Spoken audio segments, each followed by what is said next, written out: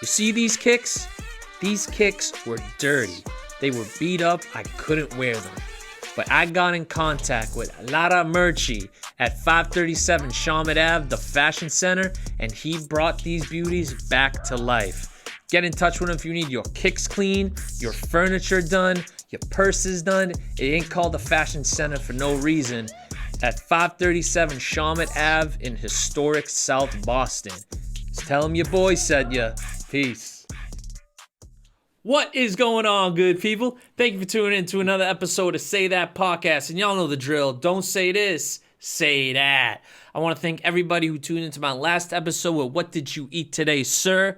One of Boston's premier food bloggers, and for my money, one of the best ones to do it.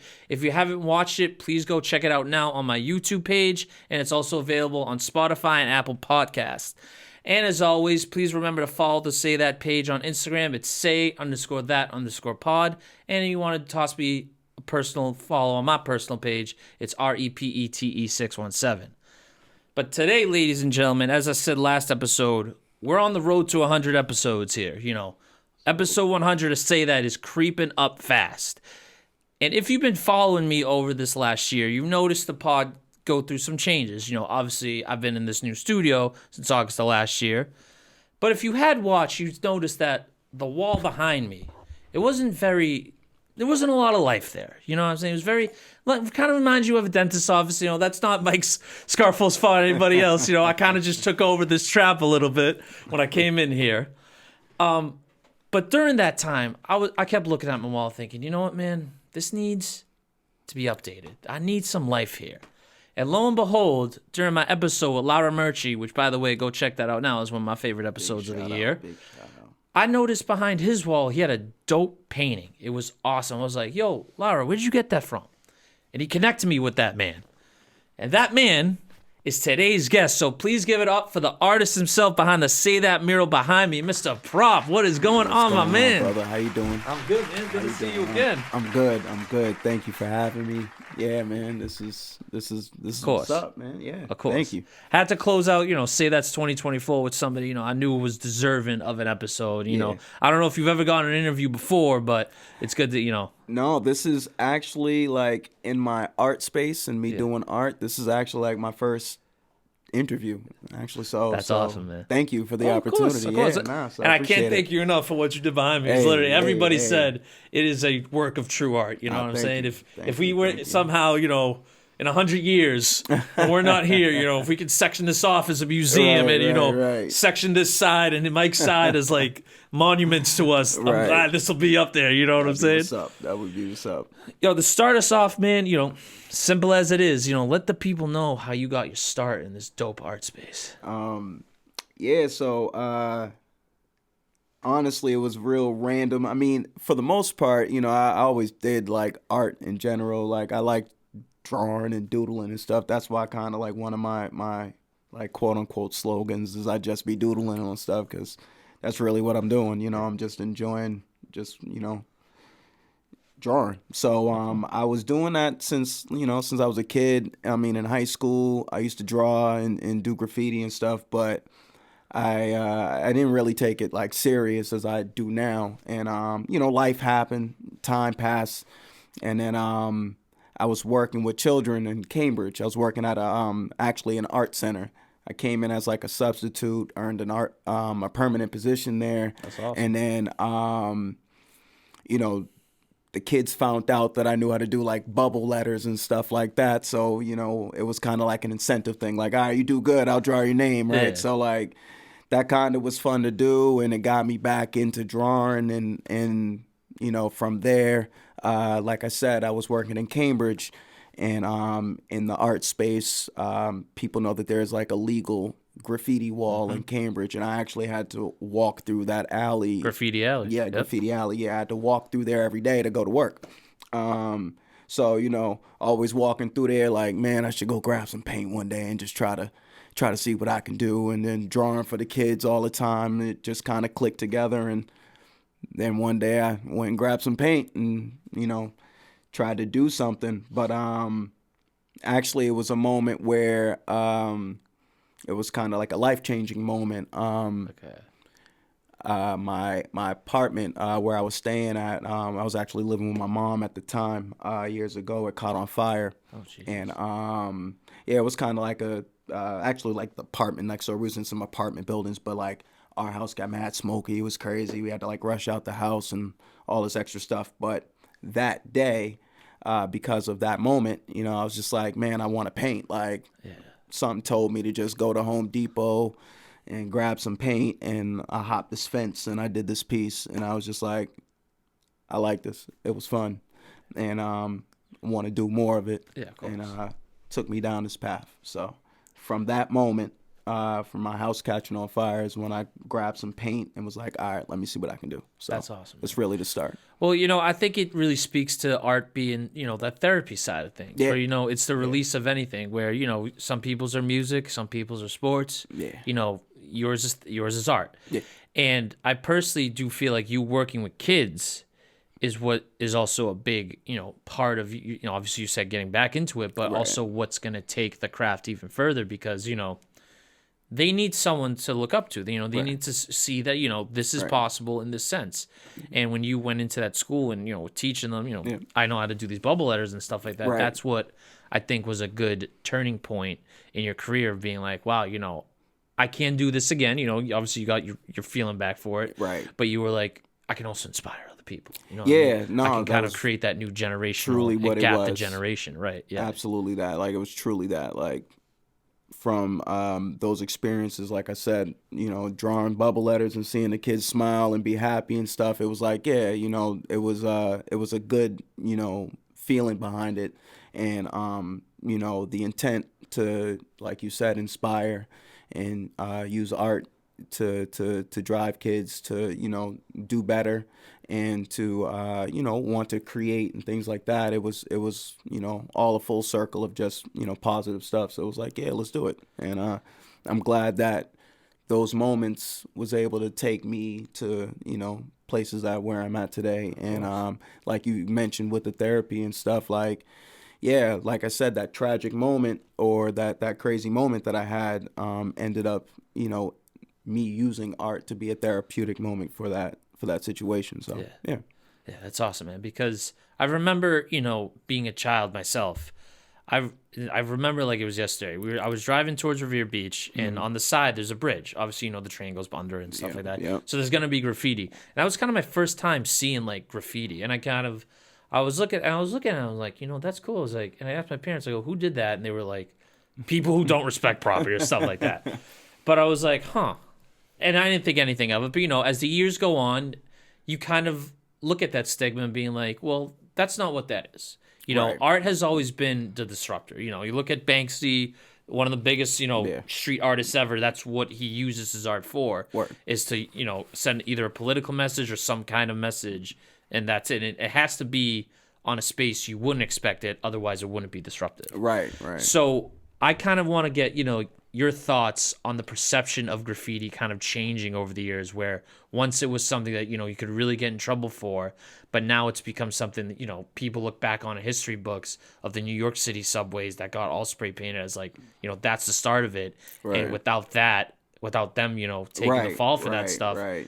the graffiti really wouldn't be, or street art, because I also kind of feel, not to get off track, graffiti kind of is like the stigmatized name of it. You know what I mean? It's like, it's kind of almost like, you know, you're saying it in a bad way. It's like, oh, you do graffiti. You know what I mean? It's like, I mean, no, I do street art. Yeah. that type of thing. Well. So I mean, a lot of people would express that there is differences between graffiti and street art. I mean, more so than anything, and not to get political about it, because you know, artists have their own and writers have their own opinions about things, but more so than anything, graffiti is a part of culture. You know, that's hip hop. You know, and you know, with hip hop and the culture, you know, is always, like you mentioned, it was disruptive, it was expressive, it was something that, you know, people took opportunities to be able to you know, display their talents and represent where they were from and their names, and leave, you know, everlasting moments. And I feel like, you know, with street art, you know, there's a creative aspect to it that's, you know, let's say rooted from some aspects of graffiti. And I mean, street art comes from many different avenues of art. But a lot of graffiti artists are able to utilize, a street art platform, so to speak, to be able to like make a living, you know what I'm saying, and create in public spaces that are not, going to get them in trouble, so to speak, and they can get paid for it, and also display their work and their talent that, people have honed through the culture, whether that is quote unquote illegal or, what I'm saying, however they do it. But I think, from my opinion, those are some spaces of the differences between like graffiti and street art.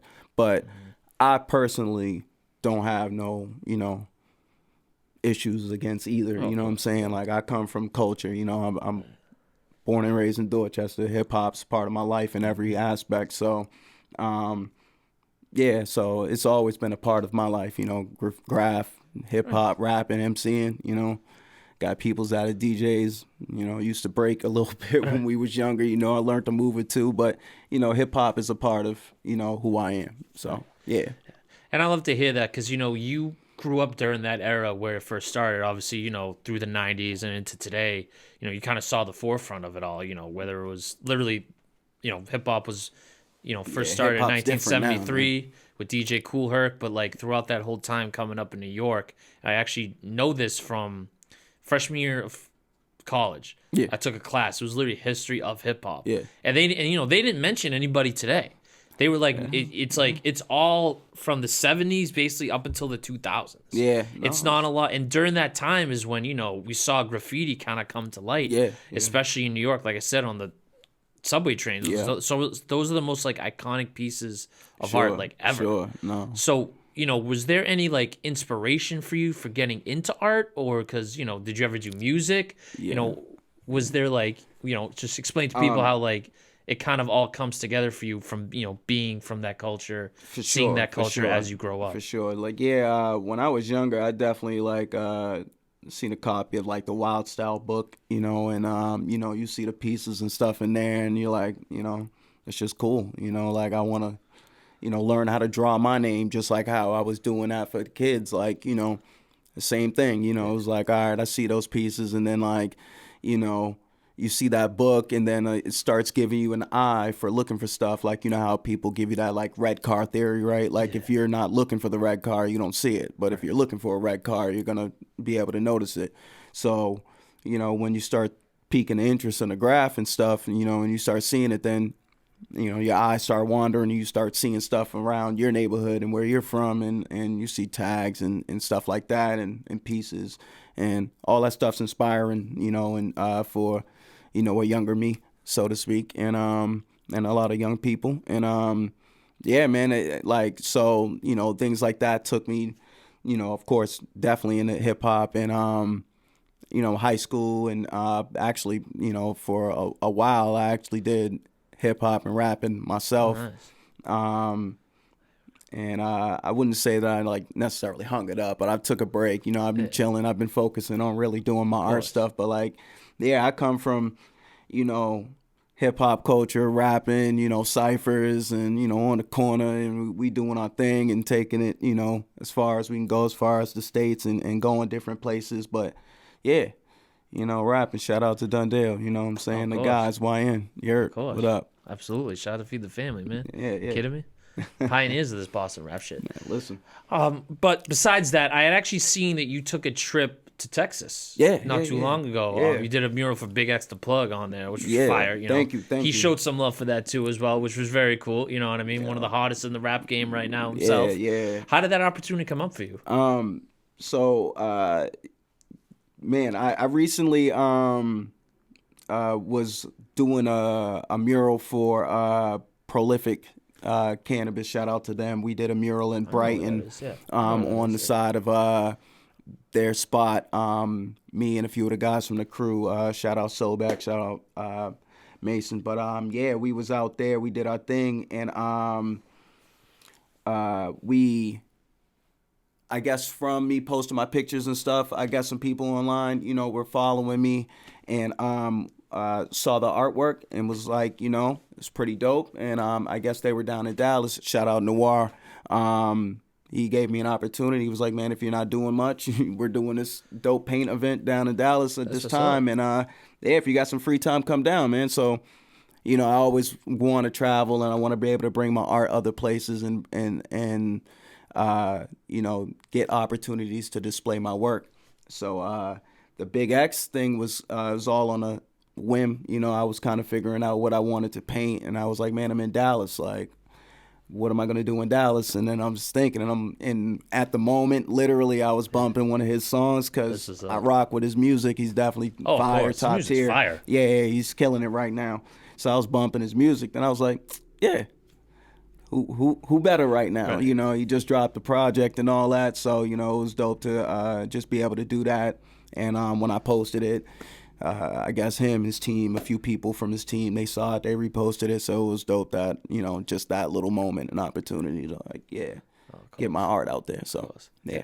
Because that's, you know, that's the goal, man, is to just expand your art everywhere. And I think, you know, as we previously talked about the stigma of graffiti kind of going away, and you know, you getting invited to these art shows, it kind of just speaks to a whole on the world stage of graffiti that, you know, I think the people that hate it, are so much like on the side. Yeah. Because the people that love it more really love it. You know, maybe some people just, you know, they see the art and they're like, oh, it's, you know, it's not hurting anybody, don't care. But for the people that like appreciate it, you know what I mean? To like you said, you know, you got invited to this thing in Dallas. I'm sure, you know, there's Art Basel in Miami that's coming up soon. And that's a huge street art, graffiti, you know, kind of different side of art of platforms as well.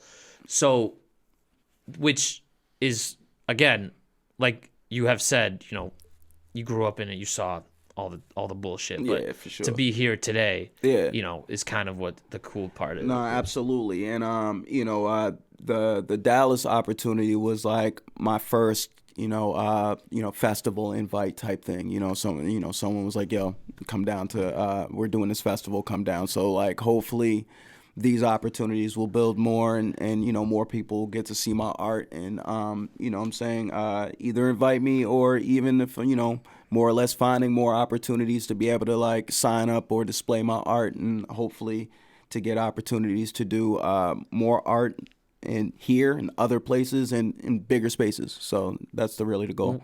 So when did you start kind of like getting paid to do your art? Because I know there's like a grace period of when you first started, and maybe, you know, you took some jobs for free. Because I know a lot of like people who are at least in like videography or like photography, like in order to get their name out there, you know, kind of got to do some stuff for free, and then you get paid. So like, when did that time come for you?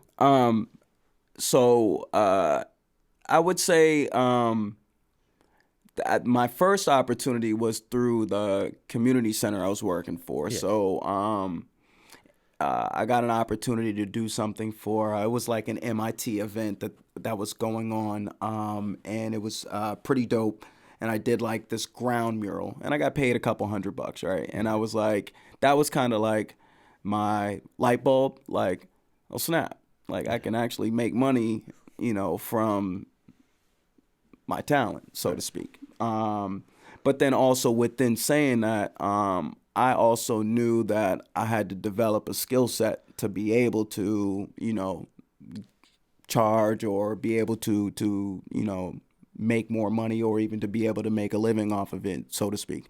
So from there, it's like, you know, I could basically charge in the space of what I know to do or what I know I can do and accomplish, and then like stuff I want to learn to do, I like practice that until I can accomplish it, and then I'll offer it like as a service, so to speak. So that's really like how the financial space came in. It was like, all right, cool, like shoot, I can make money from doing art. Like, all right, well, let me see where this can go. And I've been, you know, blessed to have some opportunities that's been able to, you know, allow me to take it more serious so that I can build more of a business from it. So, yeah. So that's where I'm at now. Yeah, because you know, you do this, but you also do like logos and stuff like that. Yes, too. I remember you told me doing that, which is cool. Yeah. So what I think is good, you know, for you, because I don't know a lot of people in this space in the city. You know, you like you said, you know, Lara introduced me to you because I was like, you know, I need to do something here. Like, going on. So shout out I think Lara, which man. is what really is gonna, you know, take you further is obviously the word of mouth, but like people seeing your art. Yeah. And then, they see the tag on it. It's like, oh, Yeah. Rob. I'm like, okay, let me get something going with him and stuff like that. Yeah, You know what I appreciate mean? it. Yeah. So is there anywhere in the city that I guess would be like, your dream space? Because I know personally that by South Station, that giant mural on the side of, I forget what the building is used for. I think they use it to get into the tunnels underneath. I know every year they do Like a different installation for something like that. Yeah. There was a well-known guy, I forget his name, but he did his either 2 years ago or this year.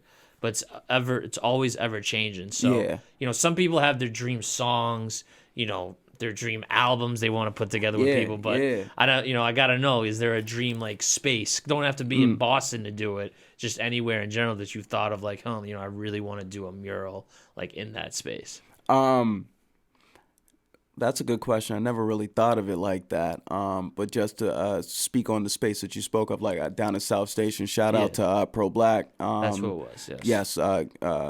Pro Black was able, and the GN crew, they was able to do that space and have it run for a couple of years actually. So that was like a big major moment for Boston and for the hood. So well, I kind of think Boston's the city that doesn't stigmatize graffiti; they embrace it. As you said, obviously Cambridge is a different side, but it's still close enough to Boston where it's like it's not really that big. Let people do what they want to do. And no, and I mean, actually, to bring up bring together a few things. I mean, as far as a dream spot, it's not really like a dream spot. It's more like an area, right? Like, in my vision for what I want to do for my art is really based upon my community now, like where I'm from. Like, I'm from Dorchester. And I would love to be able to have more opportunities to be able to put my art in Dorchester. So when my family's out and about, they can be like, my brother and my son did this, or my peoples and my friends, and, just children walking by being inspired, whenever, whatever comes from it. But I want to be able to have the freedom to do my art like in my community. So that's really the space of it. But, of course, with the stigma of graffiti and how, a business owner may look down on, a bubble letter or a tag or something that's, culturally appropriate for hip hop and what's going on with graffiti. But, business owners look at that as a negative thing because it looks like, they're defacing. But, with the aspect of the street art and being able to take, my roots in graffiti and do beautiful artwork with it, it's like, I want to do that and show you guys that it's not just the stigma of graffiti. It's actually a space of art that we've honed, and a craft that we've honed, and a skill to be able to display our work. So, well, I think, if people had never seen your work and this is your first time seeing it, obviously it speaks for itself here. One thing that I've told people, and every time I talk about this, I go, properly captured my culture in terms of where I grew up and stuff like that, what I like, because obviously I'm Italian. Incorporated the green, white, and red so like flawlessly. I didn't even honestly realize it until it took a second look. I was like, oh shit, that's the green. Yeah. That's the white. Yeah. And then that's the red. And then obviously, what do Italians do all the time on the North End? Hang out their window and yell at somebody. I've done that my fair share of times. Hey, but there it goes. But you know what I'm saying? It's cool that, we were able to like really come together and work on this. Because I remember the first meeting, because I was like, I'm just a guy who's like, listen, can you do this? Sure. And then you do it. But, you kind of sat me down and we're like, all right, this is how it's going to be done. Instead of like, it's like, oh, of course you want boom, boom, bat this. But it's like, I never even thought to do, don't say this, say that in ransom note letters. I never, because I obviously, I wanted the AOA studio in corporate somehow, but you're like, let me throw this nice little guy in there. I still got to give him a name. Yeah. I'm thinking of it. I got to think of a name. Yeah. We'll come up with names later. We'll figure it out. Yeah. But what I think that you do so effortlessly is, when as you said, you're a business owner, you got to be professional somehow. Sure. You sit down with people, you tell them, all right, this is how X, Y, and Z goes. I want to do, if you want, we can do it your way. I'm going to put it together. And then, you got your revisions, because I feel like when people look at what you do for a job, they're like, how does that work? You know what I mean? It's Sure, not, sure, it's sure. not like videography where it's like, all right, here's the hourly thing, Right. or in the studio with an engineer and producer, like, you do Yeah. this hourly. It's like, it's actual, Yeah. like, listen, like, this is how it's going to be broken down. Sure. Yeah. Because I've never dove into a space where that's somebody's job. It's most of the time that I've seen people do it's more their hobby. Right, You know what I mean? right. No, that's interesting. Like I just think, there's like two aspects, right? So I think the first, like, a cliche aspect to it is that, it's art, and artists is always sensitive about their art, right? Like, so they do have, ultimately a vision for how they want it to come about, right? And then, of course, what I try to do is take, my abilities, like we spoke about earlier, like, and then listen to, my client, so to speak, in this overview of it, like, and really just take their vision and, of course, just bring it to life, and take the nuances and details and the things that, let's say figuratively on the back end of everything, it's like, oh snap, he captured that and it means something, so that's just, I guess, me trying to, listen to the details and trying to bring the most out of someone's vision. So, because I've seen artists in terms of like painters and stuff like that, but I've never seen like an actual graffiti artist where someone's like, I do this for businesses and stuff like that. So when Lara told me about it, I was like, I wasn't really considering any second options because, again, I didn't know anybody, so I'm like, you know what, this is the guy. I already seen Laura's place, got it. That's his. Appreciate it. Yeah. But let's give Laura a quick shout out here. How did you and him link up for that kind of dope spot in his space? So I met Jay, what I'm saying? That's my guy, Jay. Jay Lara Murchie, as he loves to say it. Of course. So I met him. He was, and honestly, once again, I just want to shout him out again. Big shout out to my guy, Jay, because, he's doing some great work in your community.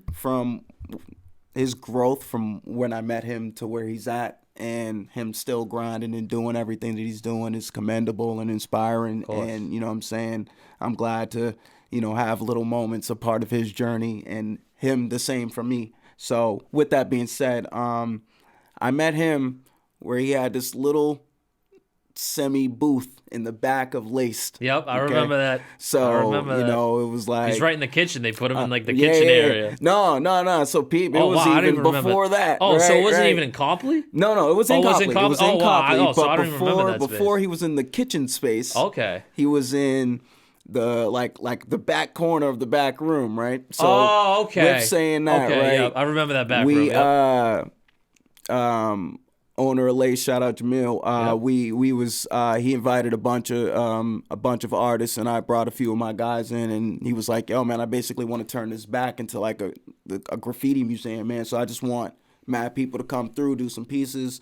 So I brought a few of the guys through, and some other guys he invited. So we all rocked back there, and we killed it. Oh, and, yeah, are you kidding me? I remember that all too well. I was like, yeah, I walked back there. I was like, I'm surprised they didn't make it like an old museum or something. Yeah, unfortunately, they had to move from back from there. So, that whole space, I bet it's probably just all covered white again, man. But big shout out to all the artists that was who did work back there. And, I mean, man, for anybody who was able to go back there and see the work, then y'all would have got a good idea of...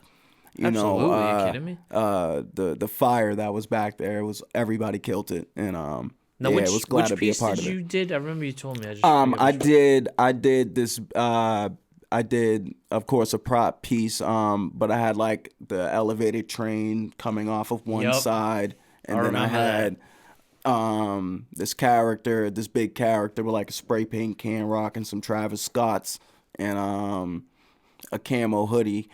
And and I did this like character montage, just a bunch of characters around the side, just different faces, just it's something I never thought of. It's kind of like a full circle moment. So when we were on our hiatus, we were looking for a place to record, and Joe Emil actually was a former guest of the show. I don't remember the specific episode, but I remember, he came to Staples one day. Super nice guy. Yeah. Cool Obviously very well known in the city. If you don't know Lace and you're from Boston, I don't know what you're doing.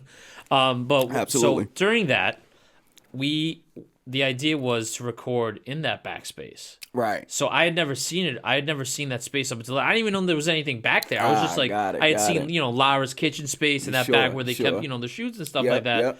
I was like, it's relatively, decent sized store, and that was it. Then I walked back. I was like, whoa. Yeah, what's going on back here and stuff like that. Back there, it's like if people have never seen it, like you probably will never get the opportunity to because of I don't even know who's in there now. Yeah, it's gone now. But it just opened up to this big thing, it obviously has a storage, but like a bunch of hang spots, you have events there. Yeah. And the idea was, to record out of there.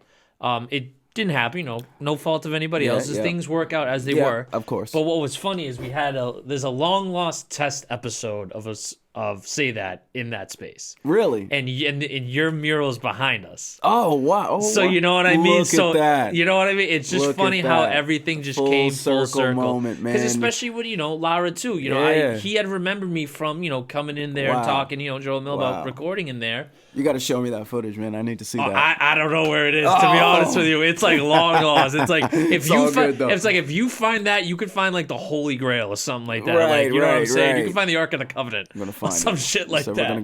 We're gonna do some digging. Right, of course. But that to me speaks to how, much the hip hop culture community works. Right. It's, one person knows another, and then this relationship forms, and then so on and so forth. It's really like a good vine on a branch tree, how it just keeps spinning up and up until it gets taller. Exactly. So, and I remember you telling me that story of how you did do Lace like months back when we were talking about like former pieces. Sure. But I never pieced together, no pun intended, that we did that episode back there, and yours was behind there, and now I sit here before you today, with this behind me, with an upgraded prop. Oh yeah, yeah. Oh yeah. So you think you got better since then, huh? Oh yeah, for sure. Cool. For sure. Yeah, for sure. I mean, because I remember seeing that piece, I was like, wow. And if you think like you've been better than that, you're like super god now with the friggin' graffiti and shit like that. Nah, thank you, I appreciate that. Nah, I mean, I'm just trying to grind, man. Like I said, I'm just I'm just doodling on things, man. That's really it. But no, like it was an opportunity because even like we mentioned earlier, I'm just trying to be able to put my art in places so that hopefully people will see it and allow me more opportunities to be able to do more art. So the fact that, Jamil even had that back there, which, universally in the stars that allowed, that to make that connection. And it's like, say that you literally basically started with a prop piece behind you. Pretty much, yeah. And now the comeback was basically started, yeah. It's literally like, that's what it is. So, that's awesome. that's the universe, bro. Like and that's crazy. Oh, of course. Like yeah. And because I put that together like just now. I was like, wait a second. I was like, literally as you tell me that, if you see my eyes, I'm just like, wait a minute. Right, yeah, that's the universe. Yeah. That's a beautiful thing right there. And so even with that, right, like that's where I met Jay. Was just in the back. He saw the work. We bumped into each other, and then it started with like small stuff. As he was growing in his space, so I like did some lockers for him, and then like we did a bunch of like little smaller things, and then as he grew with what he was doing, he was able to get the storefront down at Shaman Ave. And if y'all need some fashion restoration and care, go check him out. Absolutely.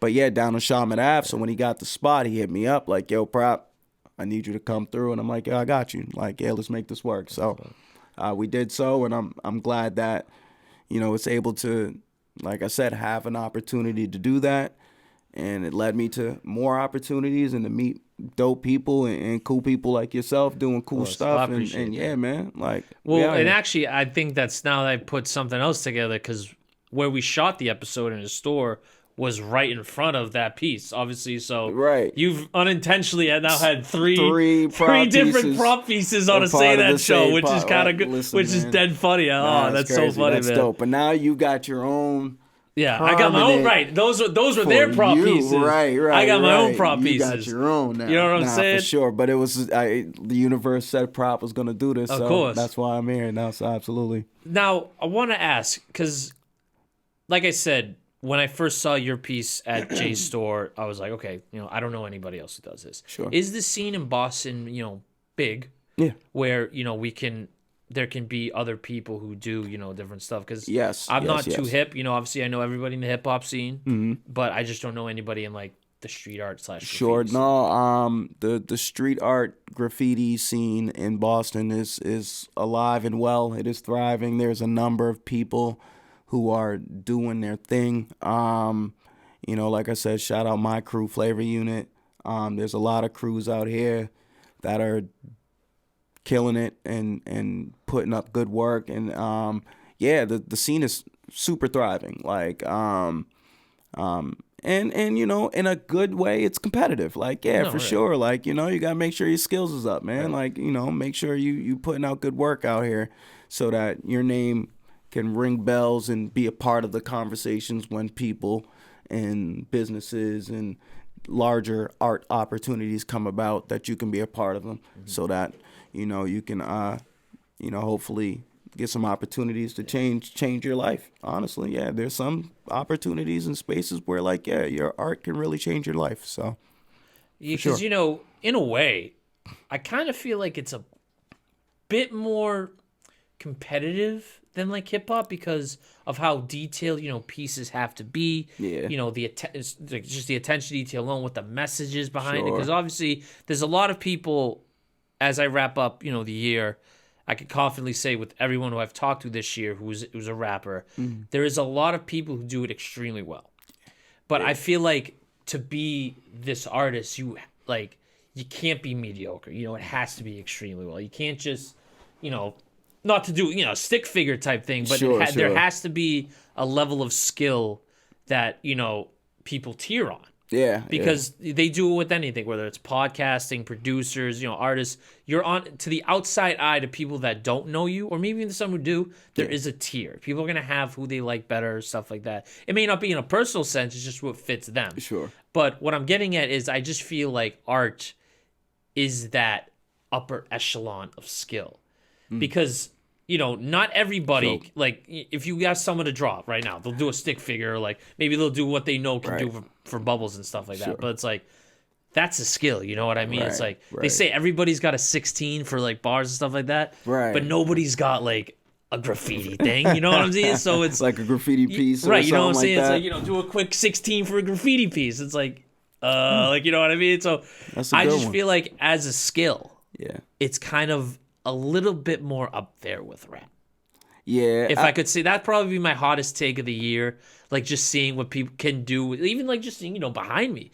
It's just about what putting things together and stuff like that.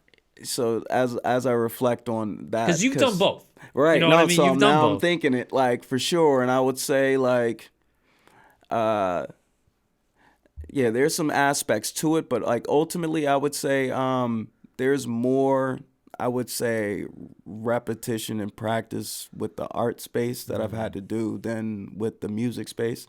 And I don't know if that's just like, natural, and it was just like, this is how it just came out, and, et cetera. But like, to say that I wanted to learn how to draw someone's likeness, and, that took time, that took like real like intention, like, all right, I gotta like draw this face a bunch of times until it looks like a face, and then like keep paying attention to those details and nuances and trying to like make it get to where it looks like it should look. And that's never been like the case with a verse, like, no, of course not. You write a verse. For me, I've heard of other rappers at times and spaces, they may have like, wrote a verse and then maybe had to like go back and change a bar or something like that. Like, let me go fix this bar or something. But like, not like, I don't hear of many people like completely scratching a verse and then like rapping a brand new verse like 6-7 times, right? Like, I've had to completely scratch a face and redraw it. Well, because that's the other thing. It's like, the margin of error with doing graffiti is so small. Yeah, Because in art spaces, right? Yeah, art in general right. is very just so small, you know. Like, because like I said, you know, you hear a verse, you're like, I don't like it, I'm gonna change it. Like, because I've heard, you know, people like, oh, you know, the legends of hip hop. Obviously, you know, they're more skilled, but it's like, oh, you know, I wrote this album in like 3 hours or something like that. I wrote this song in 30 minutes. But it's like with graffiti, it's like, nah. It's like art. And let me say this though, I'm not taking away from nobody's of course not. skill and craft, because you know what I'm saying, I've been there. Trust me, because people are skilled. And they're I the was ones gonna who say, put in those trust hours. me, you know what I'm saying. You know, I put in my work in rap and hip hop, man. You can go check it out. YN Props. So you know what I'm saying. I put in plenty of pain on both sides at this point now. You know what I'm saying, with the art and with, you know, rapping and stuff. So, but you know, just in my opinion, you know, that's something that I personally, you know, would say, like, you know, when I was doing rap, when I was rapping, you know, I'd write a verse and, you know, that'd be the verse, you know, or like, you know, I might really, you know, feel like a bar or two needed to be changed. But like, you know, when I do a piece or if I'm drawing something, if I don't like it, like, whole thing gets scratched. I got to do it again, like, or the face doesn't look right, like, you got to keep doing it over and over and over again. So I feel like that just difference in detail makes the art a little bit more, like, you know, nuanced or needs the extras. So yeah. Right, because like I said, not taking away from anybody. I know plenty of skilled people with rap. Yeah, because I don't want that to be a debate. No, right. What you mean? It's like, rapping's easier than art or vice versa? I'm like, spit a nah, 16 right now, that motherfucker. Well, like, hey, don't get me going. I'm just saying, I could probably spit a 16 right now. I couldn't draw KG, you know, in a Celtics Italy jersey just right now. That's all I'm saying. Yeah, right. So I should work on doing both, man. That's probably the next thing, you know. Right. Well, like I said, if it ain't broke, don't fix it. We ain't gonna mess with it. Nah. No, of course not. But one thing that I thought was cool is how, you know, you talked about, as you know, your new father now. You know, of course. You know, man. You had your son earlier this year, and with anything, with, you know, your art or stuff like that, it's kind of building a legacy. You know, in a way. Well, not even kind of, it is building a legacy, because, you know, one day he's going to, you know, see what his dad did. Right. You know, so how important is it for you to make sure, you know, the legacy's intact? You know, not that, you know, you're going to force him to do it, because obviously it's something that if he wants to do it, you know, he'll do it. But it's to kind of give him that inspiration to see, like, hey, listen, it's very possible because your dad did it. Right. And, you know, well, yeah, no, my son, and he's getting to that. He's actually about to be 3. Oh, sorry, he's 3 now. He's 3 going on 30. But you know, shout out my boy Lennox. But yeah, no, really the true ultimate space for me in regards to what art has done for my life has allowed me that space of what understanding, you know, what a legacy is, and, you know, beyond that, just like natural spaces of leaving a skill or a talent for your, you know, your future to be able to, you know, care for themselves or take care of themselves.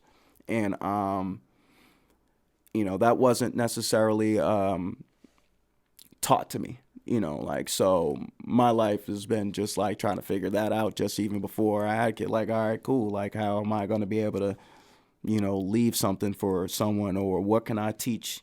You know, I have a sister, you know, what can I teach my sister or my cousins, or, you know, just what can, as the older person, you know, what can I teach or be able to leave as a space of information or skill for someone to learn. And the really dope thing is, like I said, since being able to create a business from the art that I do, it's like I can be able to take everything that I've learned and I can teach my son these things, whether he wants to do it or not. Like, I've become knowledgeable in a space where I can teach him to be like, okay, like, you can manage it. Like, you don't even have to do it. Like, you can just search for talent and figure it out. Like, you know, but just to have that knowledge now,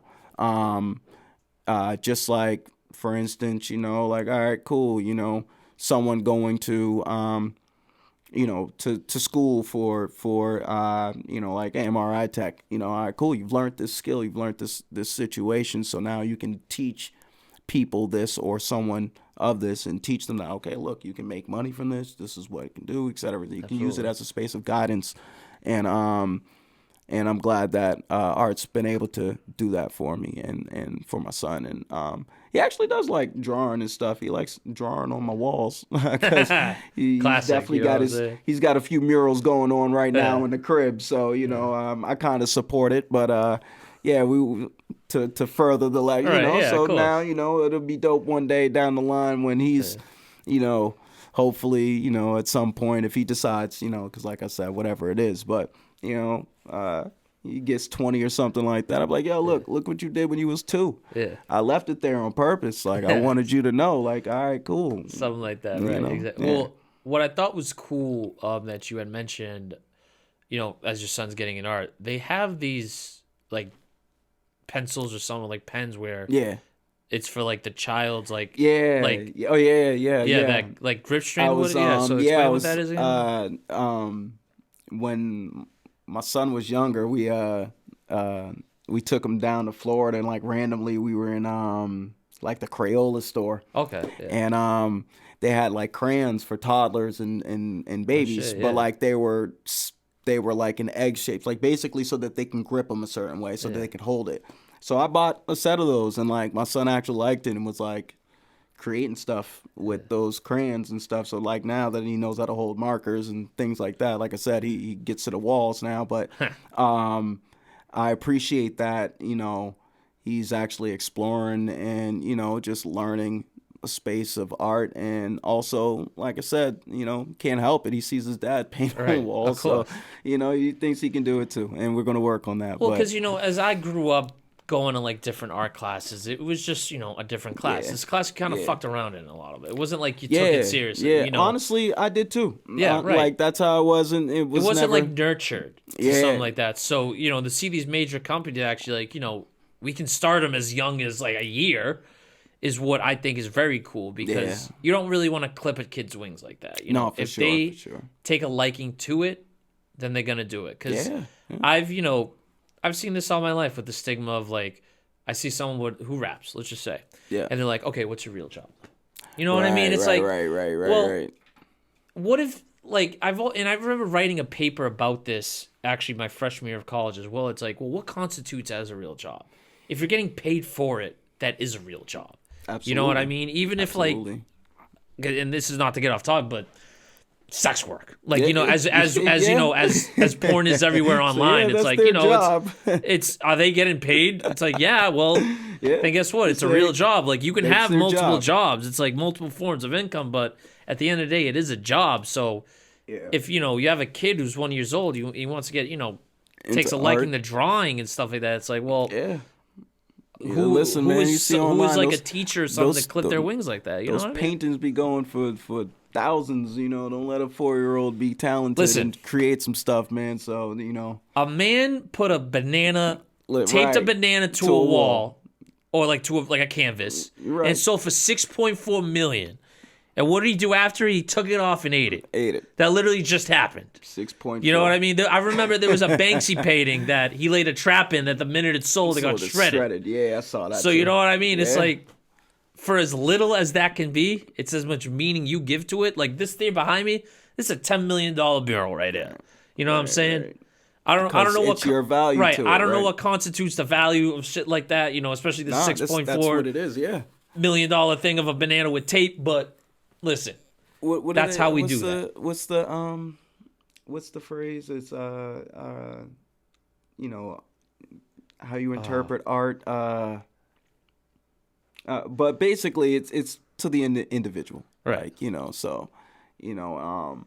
However an individual may value art is clearly someone paying $6.4 million for a banana on a duct wall. tape, But ultimately, like as an artist, I would say who's more in tune with or trying to develop the skill of actually like drawing and recreating real images and also, my own creations, etc.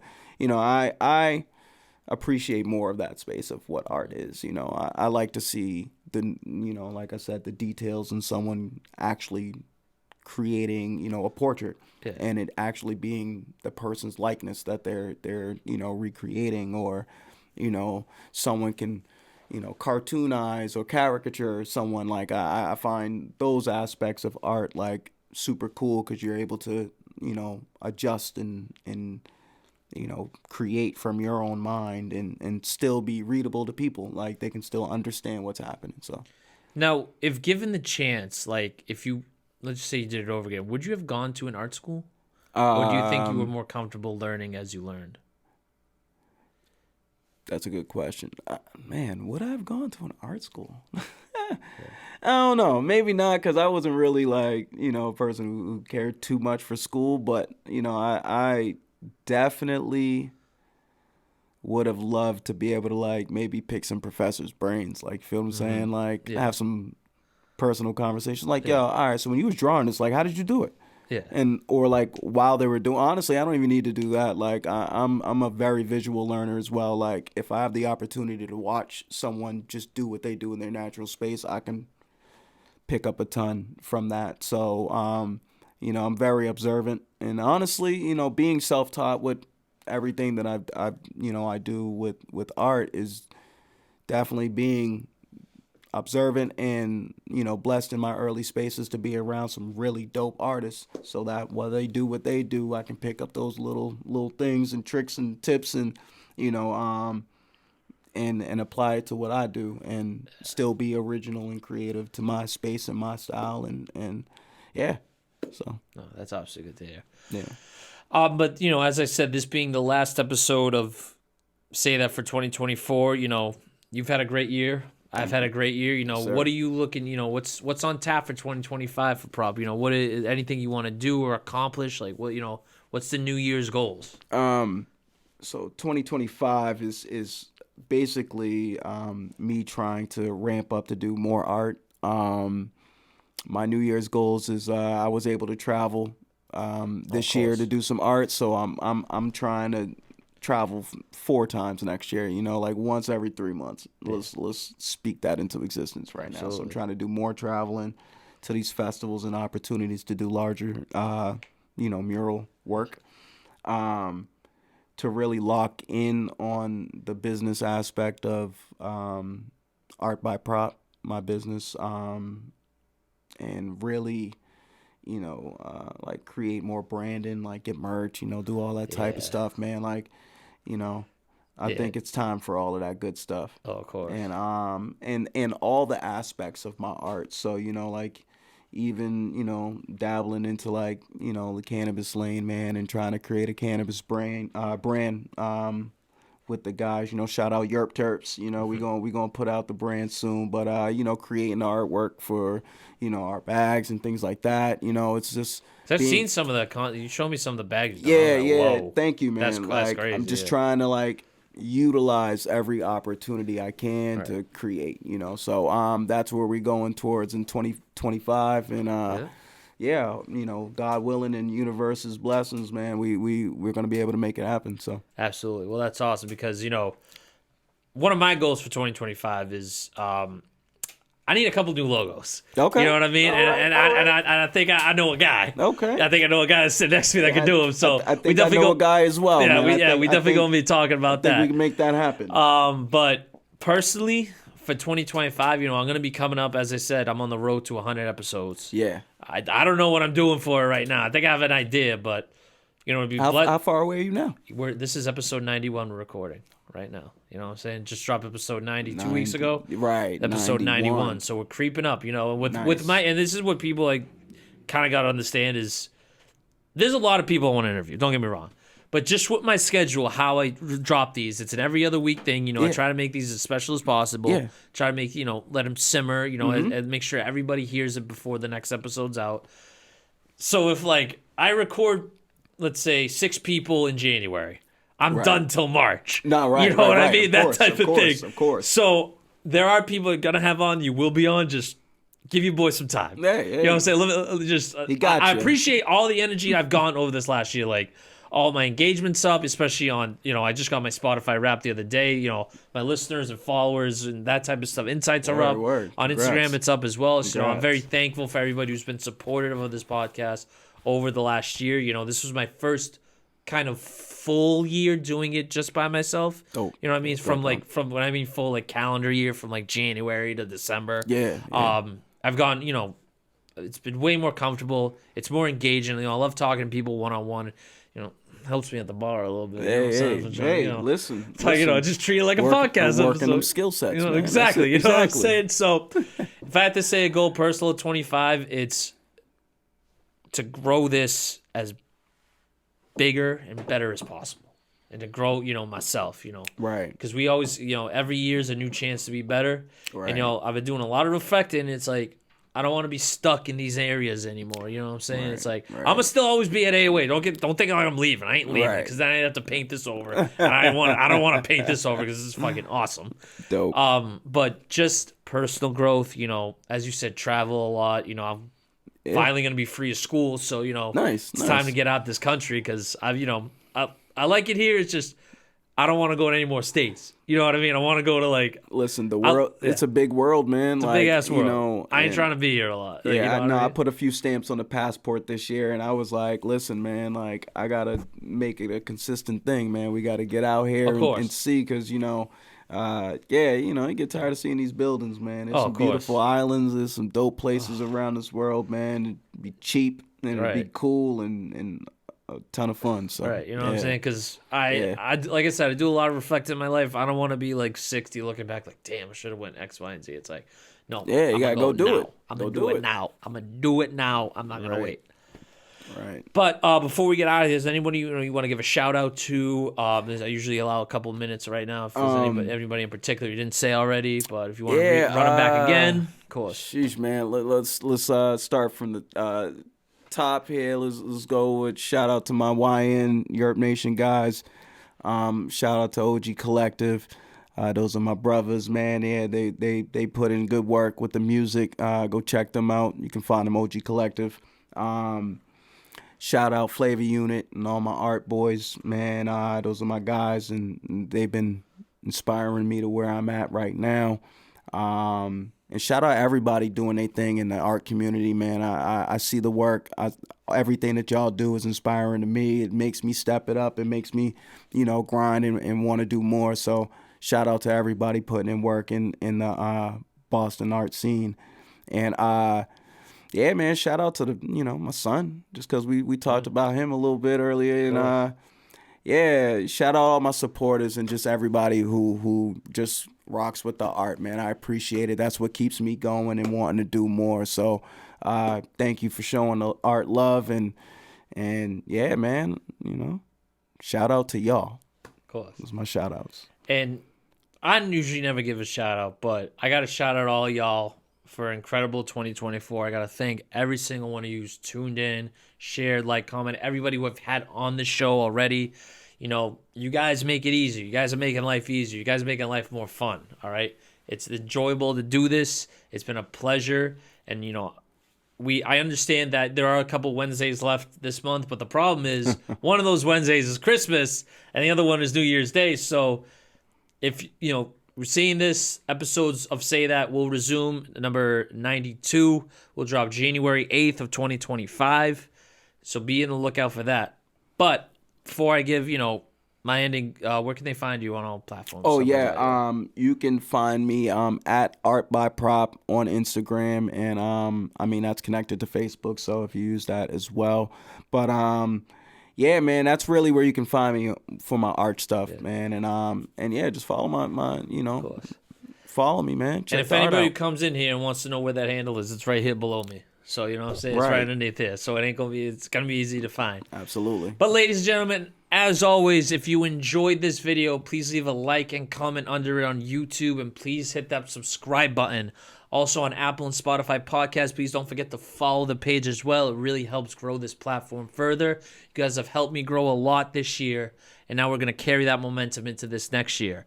As always, If you want to follow the Instagram, it's say_that_pod for the podcast page. That's where you'll pretty much the only social media you'll find Say That on. Of course, it's linked to Facebook, so it's there too. Not on Twitter yet. I don't know if I want to be. Right. But, and you can follow my Instagram, my personal Instagram, REPETE617. And please don't forget to keep tapping. And, you know, as I go on this break, it's going to be a good time to binge the whole calendar year. Say That. I had some great episodes with some names you might recognize, with some names you might not, but that's the good thing. That's how you get hip to them. Right. So, ladies and gentlemen, thank you for 2024 as always. And my closing words will be, don't say this, say that. And we'll see y'all in 2025. Peace. Yes, sir.